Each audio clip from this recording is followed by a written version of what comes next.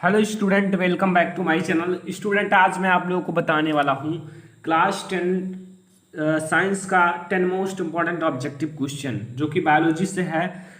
बहुत ही बार पूछे गए क्वेश्चन है, तो इस वीडियो को लास्ट तक देखना, ठीक है। और इससे पहले मैं कई सारा वीडियो बना चुका हूँ ऑब्जेक्टिव क्वेश्चन का, तो उसे आप लोग देख कर और अच्छे से समझ लेना।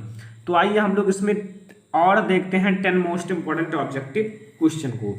तो पहला है, दो तंत्रिका कोशिका के मध्य खाली स्थान को कहते हैं। अगर जो दो तंत्रिका कोशिका होती है उनके मध्य जो खाली स्थान होता है उसे कहते हैं द्रुमिका, एक्सॉन, सिनेप्स या आवेग। तो इसका जो सही आंसर स्टूडेंट वो है सिनेप्स। जो दो तंत्रिका कोशिका के मध्य खाली स्थान होता है उसे सिनेप्स कहते हैं, ठीक है।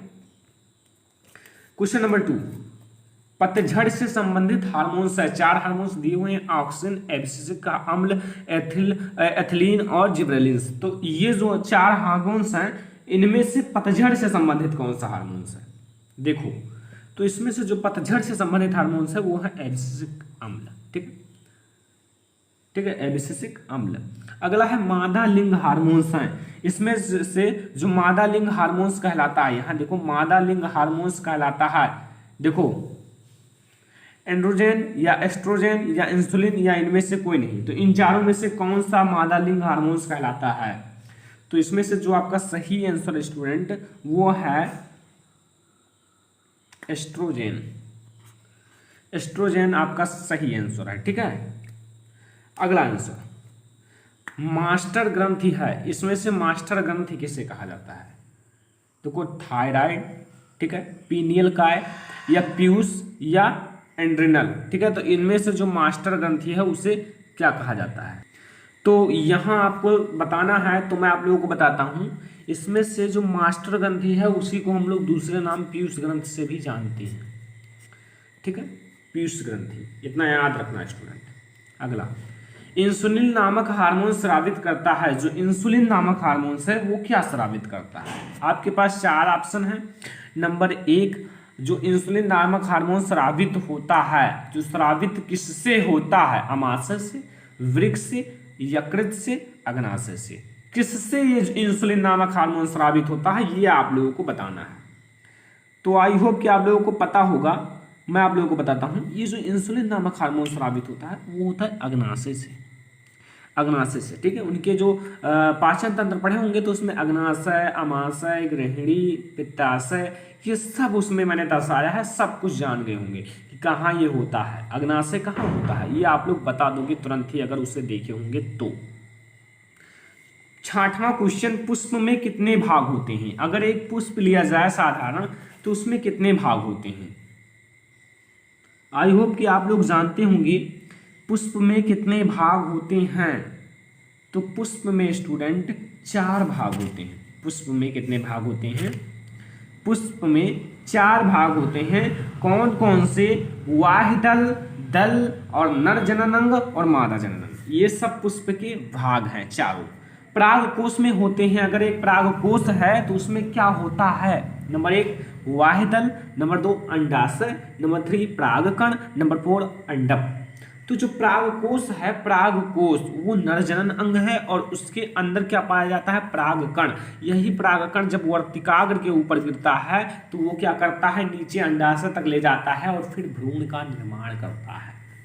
तो ये आपका परागकण जो होता है परागकोश के अंदर होता है, ठीक है, इतना याद रखना, ठीक है स्टूडेंट। देखो मुकुलन में पाया जाता है, मुकुलन में पाया जाता है। हाइड्रा में जो मुकुलन है वो पाया जाता है, इसे आप हटा दो। मुकुलन पाया जाता है, बताओ। पहला हाइड्रा में, दूसरा प्लेनेरिया में या अमीबा में या सभी में। मतलब अगर मुकुलन हो रहा है तो किस में होता है? आप लोगों को मैंने पढ़ाया था मुकुलन की पूरी प्रक्रिया बुक से और अच्छे से नोट से, ठीक है। तो मुकुलन जो होता है स्टूडेंट वो किससे होता है?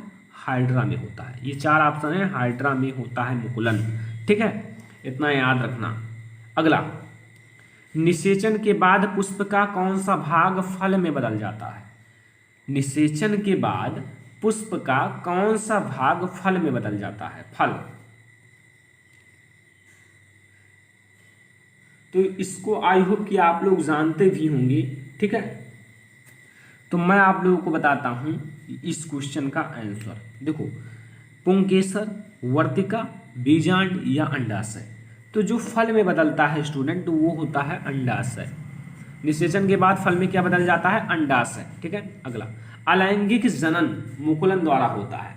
देखो यहाँ ऊपर तो था, मैंने हाइड्रा में बताया था, लेकिन इसमें हाइड्रा का ऑप्शन ही नहीं है, तो अब किस में होगा?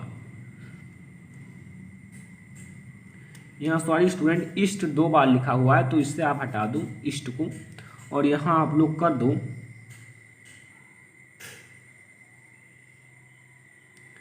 यहाँ आप लोग कर दो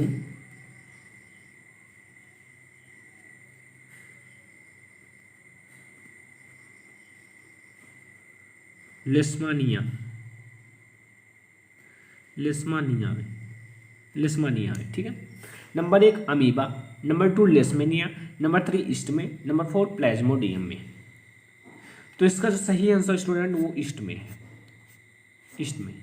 तो स्टूडेंट ये था हमारा टॉप 10 इंपॉर्टेंट ऑब्जेक्टिव क्वेश्चन का सीरीज चल रहा है। इससे पहले मैं कई सारा वीडियोस बना चुका हूं, तो आप लोग अभी तक नहीं देखे हो तो उन सब वीडियो को देखकर अच्छे से समझ लो, क्योंकि बहुत ही ज़्यादा इंपॉर्टेंट है आप लोगों के बोर्ड एग्जाम के लिए। तो अगर वीडियो पसंद आए तो वीडियो को लाइक करने के बाद शेयर कर दो, अगर चैनल पर नए आए हो तो सब्सक्राइब करने के बाद बेल आइकन को प्रेस कर लो। तो स्टूडेंट फिलहाल इस वीडियो में इतना ही, तब तक के लिए धन्यवाद।